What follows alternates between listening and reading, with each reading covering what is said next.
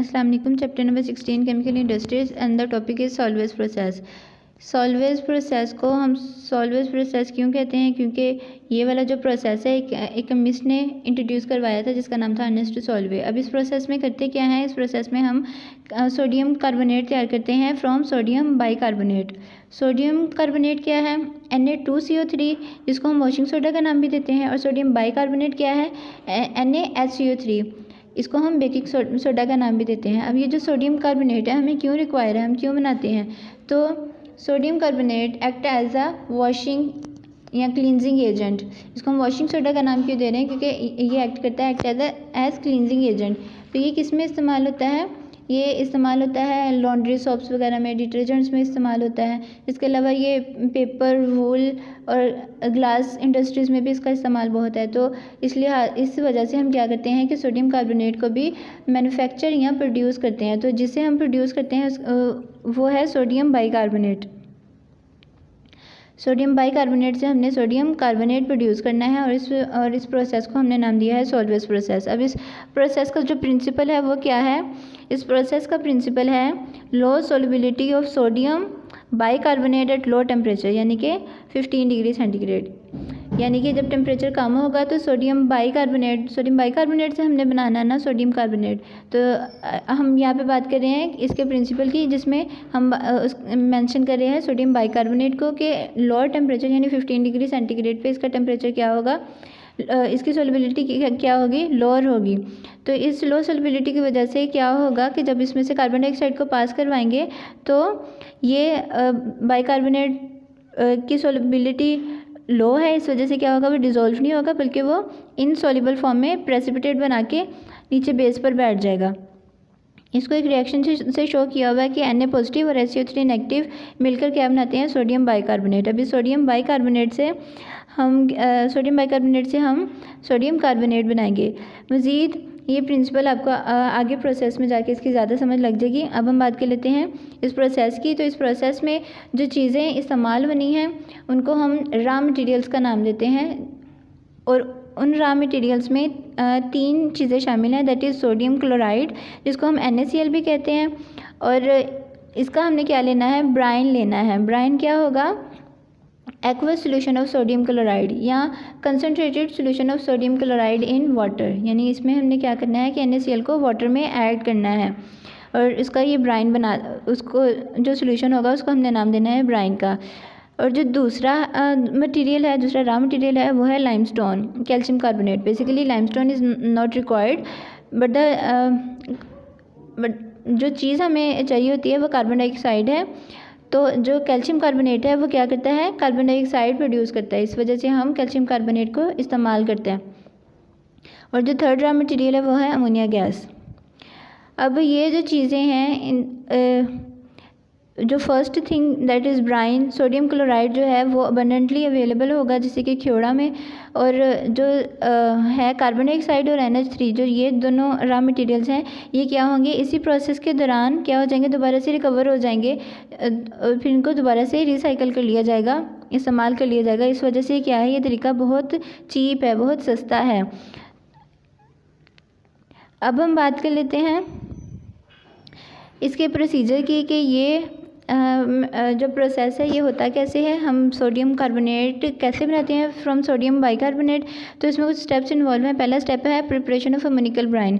तो जैसा कि नाम से पता चल रहा है अमोनिकल ब्राइन की तैयारी करनी है। तो अमोनिकल ब्राइन का क्या मतलब है, अमोनिकल मीन्स अमोनिया, इसको हमने किस में डालना है, ब्राइन के अंदर। और ब्राइन क्या है, NaCl + H2O। तो अब हमारे पास क्या हो गया, अमोनिकल ब्राइन तैयार हो गया। सिंपली हमने क्या किया है कि हमने अमोनिया गैस को ब्राइन के अंदर डिज़ोल्व करवाया है। अगला स्टेप है कार्बोनेशन ऑफ। अब ये जो प्रिपरेशन ऑफ अमोनिकल ब्राइन है ये हुई है अमोनेटिंग टॉवर में। अब नेक्स्ट स्टेप है कार्बोनेशन ऑफ अमोनिकल ब्राइन। इसमें हमने क्या करना है, इसमें हमने सिंपली जो हमारे पास अमोनिकल ब्राइन बना है उसमें हमने कार्बन डाइऑक्साइड को ऐड कर देना है। यानी पहले हमने क्या किया था, ब्राइन के अंदर अमोनिया को ऐड किया था, उससे हमारे पास अमोनिकल ब्राइन बन गई। अब हमने क्या करना है, अमोनिकल ब्राइन के अंदर कार्बन डाइऑक्साइड को ऐड करना है। इससे हमारे पास क्या बन जाएगा, इससे हमारे पास बन जाएगा सोडियम बाइकार्बोनेट बन जाएगा। अब ये वाला जो प्रोसेस है ये हो रहा है एक कार्बोनेटिंग टॉवर के अंदर। अब इस प्रोसेस में क्या होना है वो हम चीज़ें देख लेते हैं।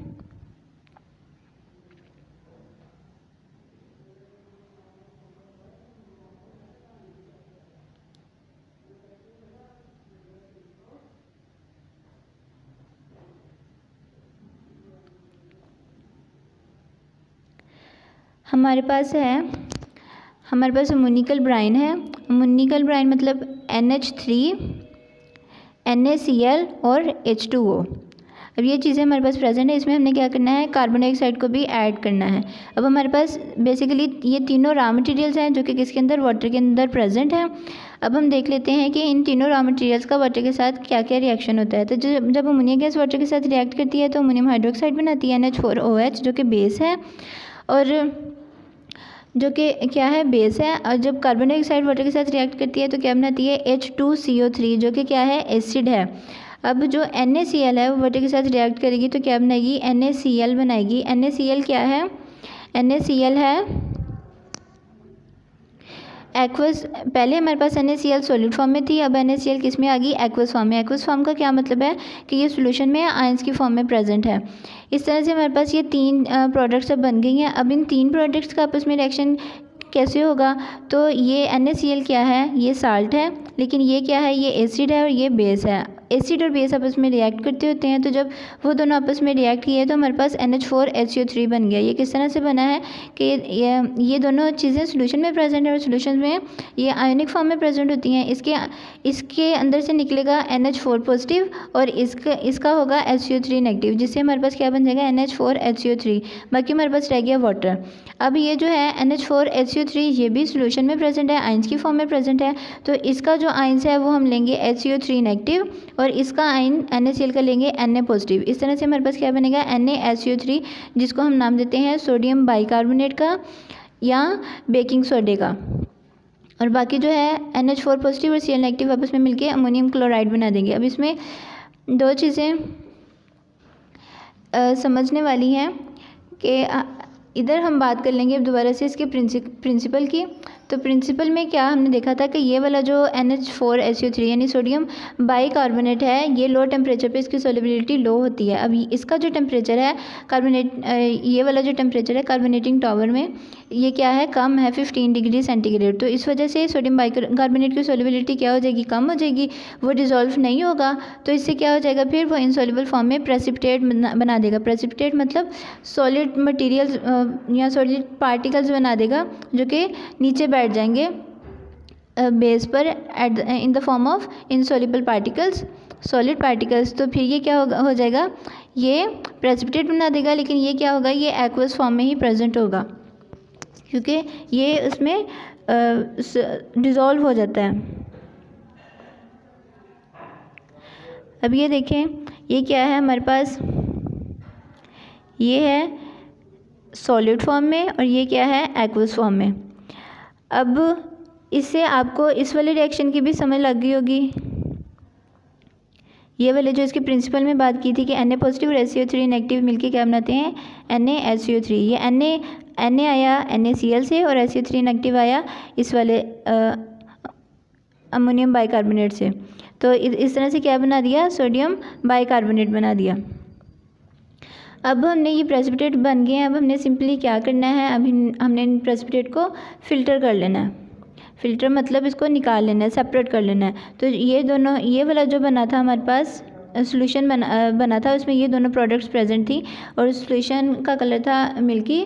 तो इस मिल्की सॉल्यूशन में से हमने क्या किया कि हमने सोडियम बाइकार्बोनेट को सेपरेट कर लिया या फ़िल्टर कर लिया और इसको यूज़ किया एज अ बेकिंग सोडा, जो कि कुकिंग में इस्तेमाल होता है। अब नेक्स्ट स्टेप में हमने क्या करना है, नेक्स्ट स्टेप में हमने कैल्सिनेशन करनी है। व्हाट इज़ कैल्सिनेशन, कैल्सिनेशन में हमने क्या करना है कि जो हमारे पास सोडियम बाइकार्बोनेट के प्रेसिपिटेट बने थे, हमने उसको क्या कर दिया, हीटअप कर दिया। उस हीटअप के नतीजे में क्या बना हमारे पास, सोडियम कार्बोनेट बना, कार्बन डाइऑक्साइड और वाटर बना। अब इसमें एक चीज़ इम्पॉर्टेंट है, नोट करने वाली है, वो ये है कि जब हमारे पास ये था, ये प्रेसिपिटेट क्यों बना था, क्योंकि इधर टेम्परेचर कम था। कम टेम्परेचर पे क्या हो जाएगा, ये प्रेसिपिटेट बन जाएगा। लेकिन जब ज़्यादा टेम्परेचर होगा तब क्या हो जाएगा, ये डिकम्पोज हो जाएगा। फिर क्या होगा, सोडियम बाइकार्बोनेट से सोडियम कार्बोनेट प्रिपेयर हो जाएगा। अब हमारे पास सोडियम कार्बोनेट तो प्रिपेयर हो गया है। लेकिन अब हमने देखा था कि इसमें कार्बन डाइऑक्साइड जो इस्तेमाल होती है वो हम लेते हैं कैल्शियम कार्बोनेट से, कैल्शियम कार्बोनेट से भी लेते हैं, और कुछ यहाँ पे ये वाली जो कार्बन डाइऑक्साइड बन गई है ये भी वहाँ पे कार्बोनेटिंग टावर में इस्तेमाल होती है। तो तकरीबन हाफ़ इधर से मिल जाती है कार्बन डाइऑक्साइड और हाफ़ मिलती है हमें कैल्शियम कार्बोनेट से। तो कैल्शियम कार्बोनेट से कार्बन डाइऑक्साइड किस तरह मिलेगी इसको हम पढ़ेंगे नेक्स्ट लेक्चर में।